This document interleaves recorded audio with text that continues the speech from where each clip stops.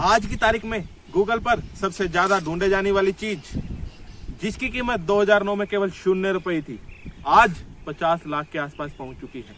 जी हाँ, मैं बात कर रहा हूं बिटकॉइन की।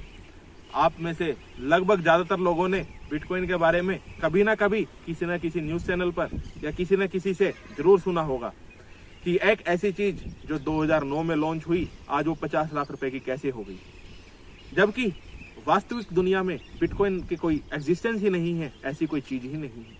आज मैं आपको आसान और सरल भाषा में बिटकॉइन के बारे में समझाने का प्रयास करूंगा। वर्ष 2008 के अंत में एक रिसर्च पेपर पब्लिश हुआ सतोशी नाकामोटो के नाम से, जिसमें बिटकॉइन की एक कल्पना की गई थी, क्रिप्टो करेंसी की कल्पना की गई थी। आज तक यह पता नहीं चल पाया है वह सतोशी नाकामोटो कौन था। कोई लोग तो कहते हैं वह एक व्यक्ति था, कुछ लोग कहते हैं कि वह कुछ कंपनियों का एक समूह था। आज तक किसी को नहीं पता चल पाया है कि बिटकॉइन बनाने वाला व्यक्ति कौन था। तो साथियों, मगर विचार का विषय यह है कि ये इतना फेमस कैसे होता चला गया। मैं आपको इसके लिए एक उदाहरण देने का प्रयास करता हूँ। जिस प्रकार वर्ष 2016 में भारत में नोटबंदी हुई, वह हमारे पास रखे 500 और 1000 के नोट एक ही झटके में लगभग हम कहें तो कागज का टुकड़ा बनकर रह गए। ऐसे ही कुछ लोगों के ख्याल में एक यह आइडिया आया कि क्यों न कुछ ऐसा किया जाए जिससे कि एक से दूसरी जगह पेमेंट भी की जा सके, वह इससे इस पर किसी का हस्तक्षेप भी ना हो। जैसे कि भारत में करेंसी का जो भी रेगुलेशन है वो रिजर्व बैंक ऑफ इंडिया से होता है, ऐसे ही यूएसए का भी अपना एक सेंट्रल बैंक है, इसी प्रकार हर देश का एक सेंट्रल बैंक है। कुछ लोगों ने जब यह कल्पना की कि कोई ऐसी चीज ढूंढी जाए जिसमें किसी का हस्तक्षेप न हो, तो वो एक ब्लॉकचेन टेक्नोलॉजी के सहारे ट्रांजैक्शंस होने लगी। वही बिटकॉइन के प्रमुख होने का एक कारण था।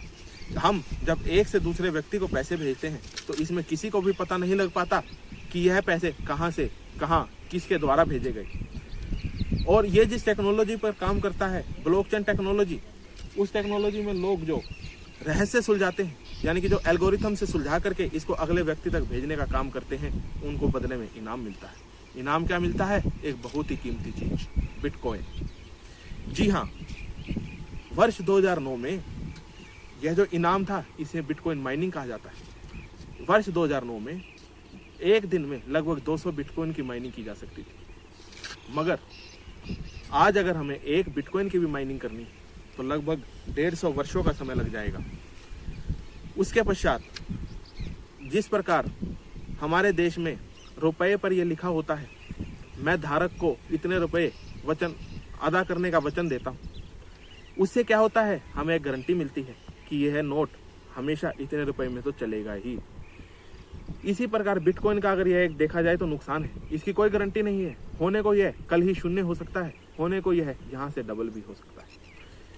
साथियों, बिटकॉइन एक ऐसी चीज है, आज का युवा इसका क्रेज इसकी तरफ बढ़ता जा रहा है और आतंकियों के लिए यह एक बहुत ही अच्छी चीज साबित हो सकती है, क्योंकि उन्होंने हथियारों की और ड्रग्स की स्मगलिंग का पैसा बिटकॉइन से लेना शुरू कर दिया था, जैसा कि बीच में कई देशों की खुफिया एजेंसियों के हवाले से खबर भी आई थी, क्योंकि इसमें पता तो चल ही नहीं पाता कि पैसा कहां से कहां जा रहा है। इसी प्रकार अगर हम हमारे देश में बिटकॉइन के लीगल स्टेटस की बात करते हैं तो वर्ष 2018 में रिजर्व बैंक ऑफ इंडिया ने एक सर्कुलर निकाला था। उस सर्कुलर में किसी भी बैंक को बिटकॉइन की जो ट्रेडिंग करवाते हैं एक्सचेंजेस, उनसे डीलिंग करने के लिए बंद कर दिया गया था। कई एक्सचेंजेस की तो ऐसी स्थिति आ गई, उनके पास अपने एम्प्लॉइज को सैलरी देने के तक का पैसा नहीं बचा था। वर्ष 2020 मार्च आते आते सुप्रीम कोर्ट ने संविधान के आर्टिकल 19(1) के तहत right to business and occupation का जो हमें अधिकार मिलता है, उसके तहत क्रिप्टो की ट्रेडिंग भारत में अलाउ कर दी थी। वह अगर हम हमारी सरकार का इस पर पक्ष देखें तो अभी तक इसे भारत में इलीगल घोषित नहीं किया गया है।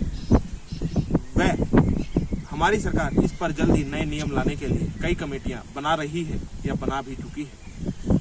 जल्द ही कुछ ना कुछ रेगुलेशंस भारत में आएंगी जो क्रिप्टो करेंसी को रेगुलेट करेंगी। क्रिप्टो करेंसी केवल एक बिटकॉइन नहीं है, क्रिप्टो करेंसी में लगभग 3000 बिटकॉइन जैसी करेंसीज हैं, मगर हम सिर्फ क्रिप्टो करेंसी में बिटकॉइन का नाम ऊपर लेकर इसलिए चलते हैं क्योंकि सबसे पहले बिटकॉइन ही फेमस हुआ। बिटकॉइन ही एक ऐसी क्रिप्टो करेंसी है जिसने इतनी वैल्यू बनाई है। इसके अलावा इथेरियम, रिपल, ट्रोन न जाने कितनी है। अगर हम बात करें इससे होने वाले नुकसानों की, तो सबसे बड़ा नुकसान तो यही है, आपने इसमें जो पैसा लगाया हो सकता है वो एक ही घंटे में शून्य हो जाए। दूसरा नुकसान, आतंकवादी व ड्रग तस्कर इससे बहुत फायदा उठाकर अपनी जो डीलिंग है वो क्रिप्टो के माध्यम से कर सकते हैं। वह किसी को पता भी नहीं चलेगा पैसा कहाँ से कहाँ जा रहा है। तीसरा नुकसान,